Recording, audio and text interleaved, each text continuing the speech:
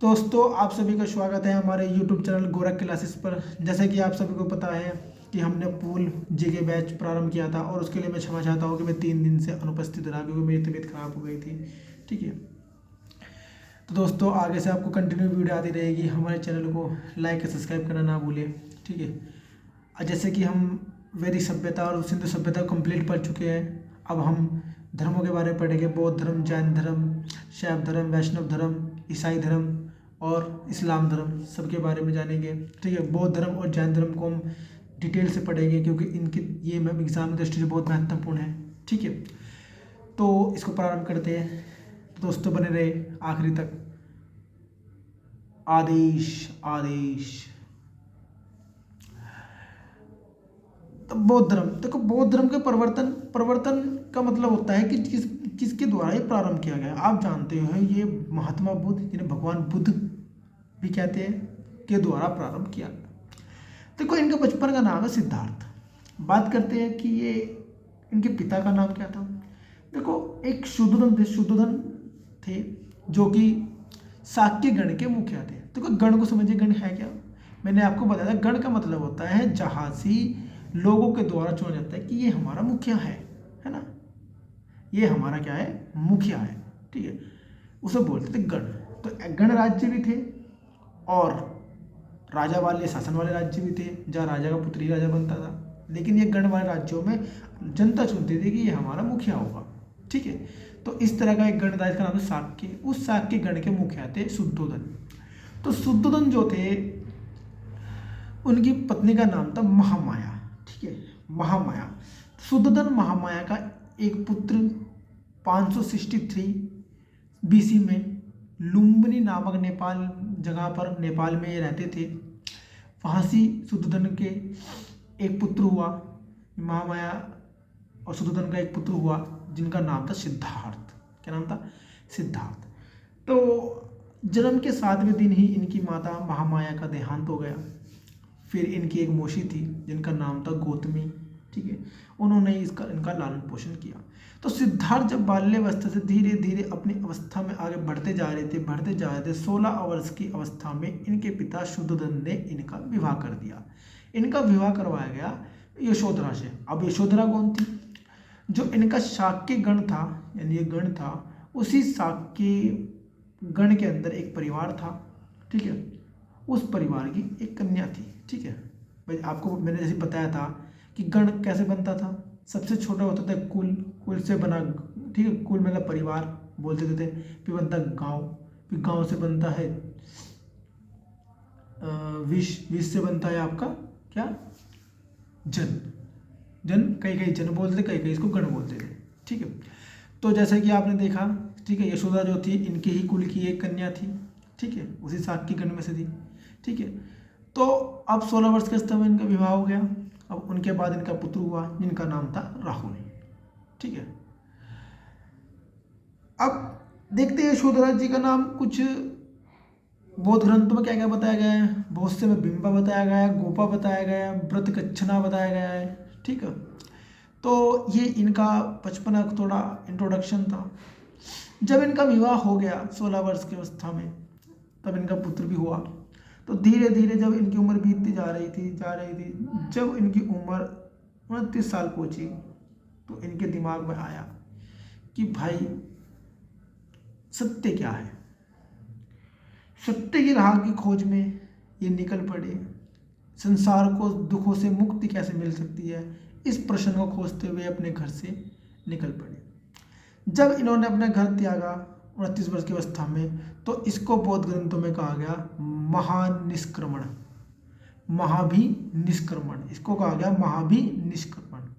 ठीक है, अब जैसे इन्होंने घर त्यागा, ये कहा गए, ये चलते चलते अनोमा नदी के तट पर पहुंचे। वहाँ से इन्होंने अपना सिर मुंडवाया।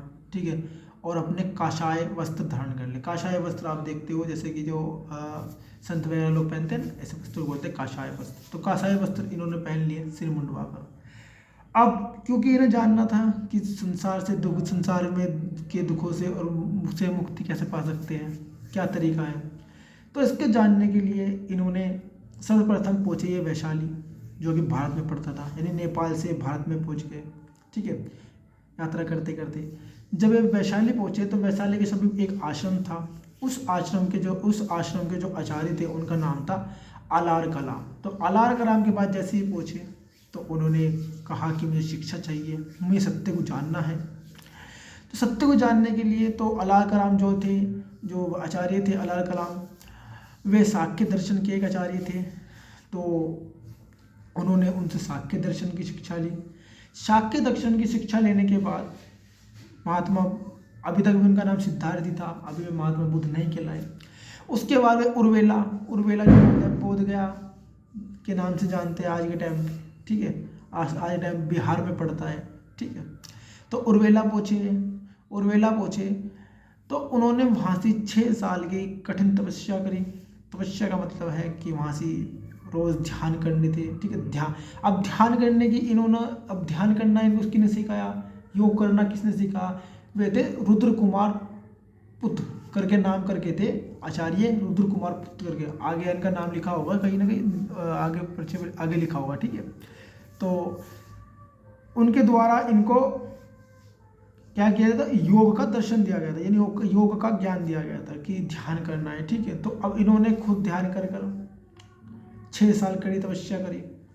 तपस्या करने के बाद 35 वर्ष की आयु में, ठीक है, वैशाख पूर्णिमा का दिन था। तपस्या जा करते थे बैठकर, वो थी पीपल के वृक्ष, जहाँ ध्यान करते थे बैठकर, वो था पीपल का वृक्ष। नदी किस नदी के किनारे था, वह निरंजना नदी के किनारे था। वहाँ से इनको ज्ञान की प्राप्ति हुई। अब क्योंकि बिहार में था भाई, बोध गया जो आपका ये पीपल का वृक्ष निरंजना नदी है, ये बिहार में पड़ती थी, यानी बोध गया में पड़ती थी। अब बोध गए तो सीधे पहुंचे सारनाथ जो कि पड़ता है वाराणसी। अब सारनाथ का ये तो आज का नाम है, पुराना नाम क्या था इसका, मृगदाव बोलते इसको, मृगदाव आगे लिखा हुआ है ये भी। ठीक है, मृगदाव। तो मृगदाव ये पहुंचे, यानी सारनाथ ये पहुंचे। इन्होंने वहाँ अपना पहला उपदेश दिया। अब जैसे जैसे इनके घर त्याग को महाभी निष्क्रमण कहा गया और इनके द्वारा जो पहला प्रथम उपदेश दिया गया इसको कहा गया धर्मचक्र प्रवर्तन। ठीक है, धर्मचक्र प्रवर्तन इसको कहा गया बौद्ध ग्रंथों में। तो सर्वप्रथम जब उपदेश दिया तो कुछ लोग इनके क्या बने, अनुयायी बने, इनसे प्रभावित हुए। तो सबसे पहले प्रभावित होने वाले जो व्यक्ति थे उनके एक थे तपस्सु, एक थे कालिक। तपस्सु और कालिक नाम के 2 व्यक्ति सर्वप्रथम इनके क्या बने, अनुयायी बने। ठीक है, तो भाई भगवान बुद्ध को लगा कि भाई उपदेश यानी लोगों के समझ आ रहा है, सत्य को जानने की लोगों में आज भी इच्छा है कि सत्य क्या है। ठीक है, अब तो गौतम बुद्ध के 2 शिष्य बने, एक तपस्सु एक कालिक, सर्वप्रथम अनुयायी थे इनके। उनके बाद उनके कुछ शिष्य और बने, जैसे कि उनका नाम था उपाली और आनंद। तो सबसे प्रधान जो शिष्य थे वे 2 थे, एक उपाली और आनंद। कह सकते हैं हम, जैसे कि हम कहते हैं ना कि मॉनिटर, एक क्लास मॉनिटर होता है, तो इस तरह के इनके सबसे जो प्रधान शिष्य थे वो थे उपाली और आनंद। और इन दोनों में सबसे प्रिय जो शिष्य थे वो थे आनंद। आगे मैंने लिखा है कि इन्हीं आनंद के द्वारा अनुरोध करने पर भगवान बुद्ध ने स्त्री को भी प्रवेश दिया था बौद्ध धर्म में। ठीक है, बात करते हैं सर्वाधिक उपदेश भगवान बुद्ध ने कहा दिए, वे कौशल देश की राजधानी श्रावस्ती में दिए। ठीक है, ये सारे के सारे जो है आपके राज्य है, कौशल हो गया, ठीक है, वज्जी, ठीक है, मगध, ये सब मैं पढ़ाऊँगा, महाजनपद जब पढ़ाऊँगा। ठीक है, आपको बिल्कुल क्लियर हो जाएगा। ठीक है, और 80 वर्ष की अवस्था में, यानी 80 वर्ष की अवस्था में 483 BC में हरियाणवती नदी पर, ठीक है, कुशीनगर में इनकी मृत्यु हो गई। ठीक है, इनकी मृत्यु कहा गया महापरिनिर्वाण, जैसे कि इनके घर त्याग को कहा गया था महाभिनिष्क्रमण, और पहले उपदेश जब दिए थे उसे कहा गया धर्मचक्र प्रवर्तन। ठीक है, और उनकी मृत्यु के समय इन्हें कहा गया महापरिनिर्वाण। ठीक है, तो अब वो भगवान बुद्ध जब कुशीनगर में मर गए, ठीक है, कुशीनगर कहाँ पड़ता था, मल्ल गणराज्य की राजधानी थी कुशीनगर, तो वहीं से उनका अंतिम संस्कार हुआ। कहा जाता है कि इनके अवशेषों को 8 भागों में बांटा गया। ठीक है, 8 भागों में बांटा गया। ठीक है, ठीक है, जिन्हें महत्वपूर्ण कुशीनगर के मल्ल राजा थे, कपिलवस्तु के शाक्य जहाँ के रहने वाले थे, वैशाली के लिच्छवी जहाँ से इन्हें ज्ञान की प्राप्ति हुई थी। ठीक है, मगध के अजातशत्रु। ठीक है, अब श्रावस्ती जो कौशल की राजधानी थी, वहाँ से अंगुलीमाल डाकू का को शिष्य बनाया था इन्होंने। ये कहानी आपने सुनी होगी अवश्य। ठीक है, अवंती का राजा थे जिनका नाम है चंड प्रगोद। उन्होंने भगवान बुद्ध को आमंत्रित किया था, लेकिन महात्मा बुद्ध की उस टाइम उम्र जो बहुत काफ़ी हो चुकी थी, तो वे वहाँ जाने में सक्षम नहीं थे। तब उन्होंने अपने शिष्य महाकच्छायन को वहाँ से भेजा था। देखो, अष्ट महास्थान की पर ज्ञान और उपदेश दिए, जो भगवान बुद्ध के लिए के जीवन से जुड़े ये 8 स्थान थे, जहाँ से उन्होंने पूरा जीवन अपना काट दिया। ठीक है, पूरा जीवन व्यतीत किया अपना। तो ये 8 स्थान देखते हैं कौन कौन से थे जो भगवान बुद्ध के पूरे जीवन में ये इन्हीं 8 स्थानों पर रहे। सबसे पहले जो जन्म हुआ था वो था लुम्बिनी। लुम्बिनी के बाद कहाँ पहुँचे, जहाँ ज्ञान की प्राप्ति हुई, बोध गया। उसके बाद वहाँ से पहला उपदेश कहाँ दिया, सारनाथ। अब कहाँ से इनकी मृत्यु हो गई, कुशीनगर। देखो, ये 4 तो महत्वपूर्ण है, लुम्बिनी, बोधगया, सारनाथ, कुशीनगर। सबसे ज़्यादा उपदेश जो दिए थे वो था कौशल, श्रावस्ती इनकी राजधानी थी कौशल देश की। राजगृह जो कि मगध की राजधानी थी, वहाँ बौद्ध धर्म का दर्शन किया। वैशाली भी गए, मृत्यु से पूर्व अंतिम वास स्थल, यानी कि जब वे कुशीनगर पहुँचे थे उससे पहले वैशाली थे। ठीक है, वैशाली गए थे, वहाँ अंतिम वास स्थल था मृत्यु से पहले। एक शंकिशा नाम था जगह का, जो स्थान बुद्ध की यात्रा से पवित्र हो गया था। तो ये 8 स्थान है इनके जीवन से जुड़े हुए, कि इन्हीं 8 स्थानों पर इन्होंने क्या किया है, भ्रमण किया है। अब बौद्ध धर्म जो है, बौद्ध धर्म में 4 आर्य सत्य माने जाते हैं, एक दुख समुदाय, एक दुख निरोध, एक दुख निरोध गामिनी। ठीक है, प्रतिपदा। दुख निरोध गामिनी प्रतिपदा को हम बोलते हैं दूसरे नाम से दुख निवारक मार्ग, जिसे बोलते हैं अष्टांगिक मार्ग। अब अष्टांगिक मार्ग मतलब अष्ट, जिसके अंदर 8 रास्ते हो, यानी कि महात्मा बुद्ध कहते थे अगर आपको दुख से निरोध पाना यानी दुख से मुक्ति पानी है, तो भैया आपको चलना होगा 8 रास्तों पर। अब वे 8 मार्ग कौन से हैं, देखो, पहला मार्ग आता है आपका सम्यक दृष्टि, दूसरा आता है सम्यक संकल्प, तीसरा आता है सम्यक वाणी, चौथा आता है सम्यक कर्म, पांचवा आता है सम्यक जीविका, छठा सम्यक व्यायाम, सात होता है सम्यक स्मृति और 8 आता है सम्यक समाधि। ठीक है, ये 8 अष्टांगिक मार्ग के नाम से रहते हैं। ठीक है, मैं इनके बारे में आपको नहीं बताऊंगा। ठीक है, मैं बता भी सकता हूँ आपको, लेकिन आप इतना, क्योंकि एग्जाम दृष्टि से खाली ये अष्टांगिक मार्ग में कोई आएगा तो ऑप्शन में आ जाएगा, नहीं तो इससे डिटेल में नहीं पूछेगा आपसे। ठीक है, तो ये 8 मार्ग आपको याद रखने हैं। ठीक है, ठीक है, तो जो हम पढ़ रहे हैं ये बौद्ध धर्म की क्या पढ़ रहे हैं, शिक्षा पढ़ रहे हैं, भगवान बुद्ध के द्वारा कौन कौन शिक्षाएं दी गई। ठीक है, उन्होंने एक बताया था, 4 सत्य बताए थे, दुनिया में 4 सत्य होते हैं। ठीक है, फिर उन्होंने अष्टांगिक मार्ग के बारे में बताया। ठीक है, जिनको पालन करना, ये शिक्षाएं थी भगवान बुद्ध की। नंबर 3 उन्होंने बताया कि 10 नैतिक जीवन यानी अच्छा जीवन व्यतीत करने के 10 ये शील पालन करना होगा आपको। कौन कौन से, अहिंसा, सत्य, अस्त्य, परिग्रह, ब्रह्मचर्य, श्रृंगार, प्रसाधनों का परित्याग, यानी जितने भी आप श्रृंगार के सामान का इस्तेमाल करते हैं उसका त्याग करना, नित्य गान का भी त्याग करना, समय पर भोजन करना, एक कोमल संयम पर ना लेटना। ठीक है, और कामिनी कांचन का त्याग करना। ठीक है, तो ये 10 शीलन थे कि इनका पालन जरूर करना होता था अगर आपको एक अच्छा जीवन चाहते हो आप। ठीक है, आप दुखों से मुक्ति चाहते हो तो अष्टांगिक मार्ग को फॉलो करें। ठीक है, इनके जो अनुयायी थे वे 2 तरह के थे, या तो भिक्षुक या फिर उपासक। भिक्षुक को बोलते थे जो संन्यास ले लेते थे, और जो उपासक उनको बोलते थे जो गृहस्थी जीवन में रहते थे। तो इसके लिए गृहस्थी जीवन वालों के लिए मिनिमम एज 15 साल बताई गई है। ठीक है, अब भिक्षुक तो पुरुष हो गया, अब भिक्षुणी महिलाएं होगी। ठीक है, उपासक पुरुष हो गए और उपासिका महिलाएं हो गई। ठीक है, अब जो बौद्ध धर्म है, बौद्ध धर्म में पूर्ण जन्म को नहीं मानता। ठीक है, पूर्ण जन्म को भी नहीं मानता, वे ईश्वर को भी नहीं मानते, वे मानते हैं सिर्फ किसे, आपके सॉरी, हाँ, वे ईश्वर को नहीं मानते लेकिन वे मानते हैं आत्मा को। ठीक है, सॉरी गलत बोल दिया आपको मैंने, पूर्ण जन्म की मान्यता है, लेकिन ईश्वर और आत्मा की मान्यता नहीं है। यानी वे मानते हैं कि पूर्ण जन्म होता है, लेकिन पूर्ण जन्म था, लेकिन वे ये नहीं मानते कि शरीर में आत्मा है और ईश्वर है। इस चीज़ को वे नहीं मानते। और इन्हीं बौद्ध धर्म के 3 रत्न हैं, एक बुद्ध और एक धम्म और एक संघ। यानी बुद्ध जो कि भगवान बुद्ध है, दूसरा है धम्म यानी कि आप कह सकते हो एक तरह के नियम, एक चलने का तरीका इस धर्म में, है ना। असंग जो कि बुद्ध धर्म में जुड़े सारे लोग का एक बनता है संघ सदस्य, ठीक है।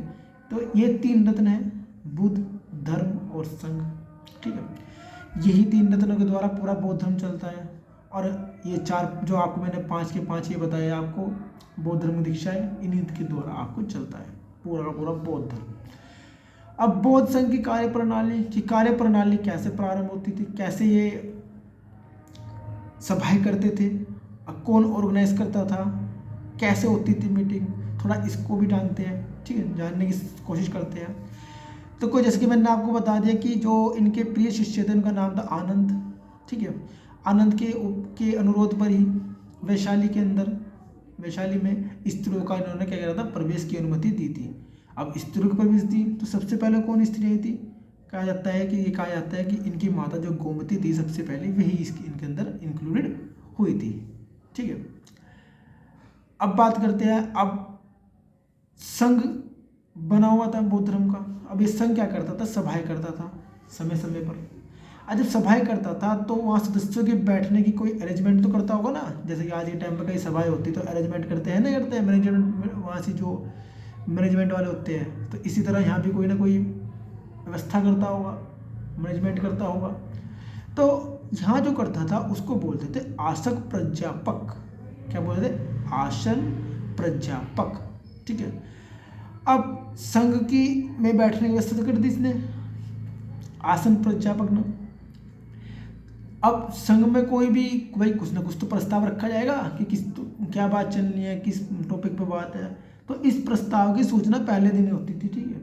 बौद्ध धर्म में जो इस प्रस्ताव की सूचना पहले दिन होती थी, ठीक है। और सदस्यों की संख्या मिनिमम 20 होनी चाहिए थी। अगर आपको कोई मीटिंग करनी है, कोई सभा करनी है, तो मिनिमम सदस्य 20 तो होने ही चाहिए, तो 20 सदस्य मिनिमम होने चाहिए, ठीक है। अब जो प्रस्ताव होता था, प्रस्ताव कहते थे नति, और उस पर कार्रवाई होती थी उसे बोलते थे ग्राप्ति। अब प्रस्तावक यानी कि प्रस्ताव को रखने वाला होता था अनुशासन या कमवाचा। तो ये महत्वपूर्ण क्वेश्चन बन गए। 4 टर्मिनोलॉजी बहुत ज़्यादा महत्वपूर्ण है। पहली कि संघ में सदस्यों के बैठने की व्यवस्था कौन करता था। दूसरी, जो प्रस्ताव को लाता था उसको अनुशासन व कमवाचा बोलते थे। तीसरा, जो प्रस्ताव होता था उसको नति बोलते थे, और उस पर जो कार्रवाई होती थी उसको ज्ञाप्ति बोलते थे, ठीक है। अब प्रस्ताव पर क्या लेते थे, मत लेते थे। अगर मत हुआ तो पास, अदरवाइज रिजेक्ट, है ना। हर 15वें दिन अमावस्या या पूर्णिमा को एक सभा होती थी जिसको अपोसत सभा बोलते थे, ठीक है, जिसमें पातिमोक्ष एक सूची है। इसके अंदर बहुत सारे क्या लिखे हैं, पाप लिखे हैं और उनके प्रायश्चित भी लिखे हैं, ठीक है। कितने पापक्रम बताए गए, 226 पापक्रम लिखे हैं इसके अंदर, और उनके प्रायश्चित भी लिखे हैं। ये कहाँ मिलता है आपको, जो आपका विनय पिटक है ना। अभी आगे बताऊंगा आपको कि इसमें 3 पिटक थे, ठीक है। जैसे कि मैंने सबसे पहली वीडियो में बता चुका हूँ कि बौद्ध धर्म में त्रिपिटक का बहुत महत्वपूर्ण अंग है, ठीक है। उन्हीं त्रिपिटक में से एक पिटक है विनय पिटक। उसी विनय पिटक की एक सूची है जिसमें नाम है पातिमोक्ष। उस पातिमोक्ष में 226 पापक्रम लिखे हैं और उनके प्रायश्चित के बारे में लिखा है, ठीक है। देखो, उपासक तो घर में रहता था, तो भाई वो तो प्रचार प्रसार कर नहीं सकता, तो धर्म का प्रचार कौन करते थे, भिक्षुक लोग करते थे, ठीक है।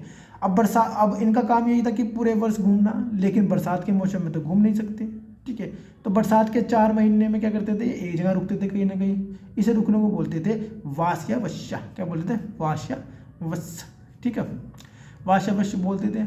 अब बौद्ध संघ में प्रवेश लेने को बोलते थे उपसंपदा, ठीक है। लेकिन 4-5 तरह के लोग नहीं ले सकते थे इनमें प्रवेश, जैसे कि चोर जो होते थे, ऋणी व्यक्ति जो होते थे, बच्चे जो होते थे, रोगी और दासों का प्रवेश वर्जित था। तो कुछ समय समय पर जो बौद्ध धर्म है उनमें संगतियाँ होती रही, ताकि बौद्ध धर्म जो एक सिस्टमैटिक वे, एक नियम से चलता रहे। ठीक है, इसलिए उन्होंने एक सम्मेलन रखते रहे। ठीक है, टोटल जो बौद्ध में सम्मेलन हुए वे 4 सम्मेलन हुए, टोटल 4 सम्मेलन हुए, यानी जिन्हें बौद्ध संहिता बोलते हैं। अब पहला सम्मेलन जब हुआ, जब महात्मा बुद्ध की मृत्यु के पश्चात हुआ, सप्तपर्णी गुफा में हुआ था, राजगृह में पड़ती है। ठीक है, समय 483 BC। ठीक है, अध्यक्ष इसके थे महाकश्यप। ठीक है, शासनकाल उस टाइम था अजातशत्रु का। ठीक है, उद्देश्य क्या था कि भगवान बुद्ध के जितने द्वारा उपदेश दिए गए थे उन उपदेशों को किसमें रखना, उन उपदेशों को विनय पिटक और सुत्त पिटक में संकलित किया गया। ठीक है, उन सभी को इन 2 पिटक बनाए गए, एक सुत्त पिटक, एक विनय पिटक बनाए गए। उनमें उन सभी उपदेशों को लिख दिया गया। ठीक है, ये पहला था। द्वितीय की बात करते हैं। द्वितीय था वैशाली में हुआ, पूरे के पूरे 100 साल बाद 383 BC में। साबकमीर नामक अध्यक्ष रहे इसमें, इनको सर्वकामिनी भी बोलते हैं। शासनकाल उस टाइम कालाशोक, जो कि शिशुनाग वंश के एक राजा थे। यहाँ से अनुशासन को लेकर क्या हुआ, बौद्ध धर्म में क्या हो गया, 2 भागों में बट गया भाई अनुशासन। वे कुछ लोग कहने लगे कि अनुशासन ऐसा होना चाहिए, कुछ कहने लगे ऐसा होना चाहिए। तो 2 अनुशासन को लेकर बौद्ध धर्म 2 भागों में बटा, एक स्थिरवीर, एक महासांगिक। ठीक है, स्थिरवीर जो है वो मूल जो बौद्ध जो संघ है वही है, लेकिन जो महासांगिक है ये इसमें से निकल गया। देखो आगे बताऊंगा, आगे पूरे डिटेल में लिखा है इन दोनों के बारे में। ठीक है, तृतीय बौद्ध संगति पाटलिपुत्र में हुई, जो कि 251 BC में हुई। ठीक है, अध्यक्ष इसके रहे मोगालिपुतिस रहे। शासनकाल अशोक का रहा, जो कि एक महान सम्राट थे। ठीक है, मौर्य वंश के थे। इसके अंदर तीसरा पिटक जो था अभिधम्म पिटक, उसको लिखा गया। ठीक है, उसकी रचना की गई। चतुर्थ जो बौद्ध संगति हुई वो ही कुंडलवन में, जो कश्मीर में पड़ता है। प्रथम शताब्दी की बात है। अध्यक्ष वासुमित्र थे, और साथ में उपाध्यक्ष भी थे। उपाध्यक्ष वो थे अश्वघोष। अश्वघोष कौन थे, अश्वघोष जो थे दरबारी कवि थे, किनके, महाराज कनिष्क के। तो महाराज कनिष्क जो कुषाण वंश के राजा थे उनके ही दरबारी कवि थे अश्वघोष, जो कि क्या रहे, उपाध्यक्ष रहे थे। ठीक है, और अध्यक्ष वासुमित्र रहे। इसमें क्या हुआ, बौद्ध धर्म 2 संप्रदायों में बट गया। ठीक है, एक महायान और एक हीनयान। तो महायान और हीनयान दोनों के बारे में पढ़ेंगे। ठीक है, ईहान भी हीनयान कहाँ से आया, ठीक है, महायान कैसे बना, ये सब पढ़ेंगे हम आगे आने वाले क्लास में। तो दोस्तों हमारे साथ बने रहिए और हमारे चैनल को लाइक, सब्सक्राइब और शेयर अवश्य करें। Thank you for watching.